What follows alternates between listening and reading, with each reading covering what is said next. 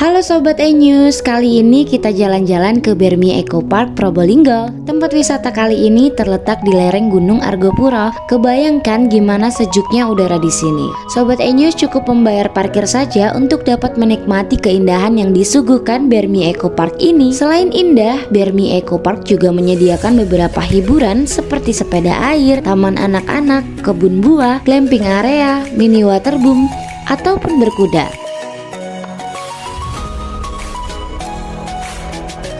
Kita lagi jalan-jalan nih di Bermi Eco Park. Ternyata nggak disangka ya, di BEP ini bagus sekali, mana gratis lagi. Cuman bayar parkir aja. Di tempat ini cocok untuk keluarga. Remaja juga oke, khususnya pada saat weekend. Pesona Bermi Eco Park tidak hanya menarik perhatian warga sekitar, bahkan banyak sekali pengunjung dari luar kota yang datang ke sini hanya untuk menikmati keindahan Bermi Eco Park. BEP terletaknya di Desa Krucil ya, Probolinggo.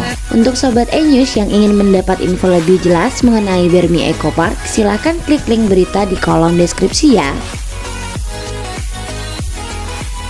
Dari Probolinggo, E-News Indo, Devi melaporkan.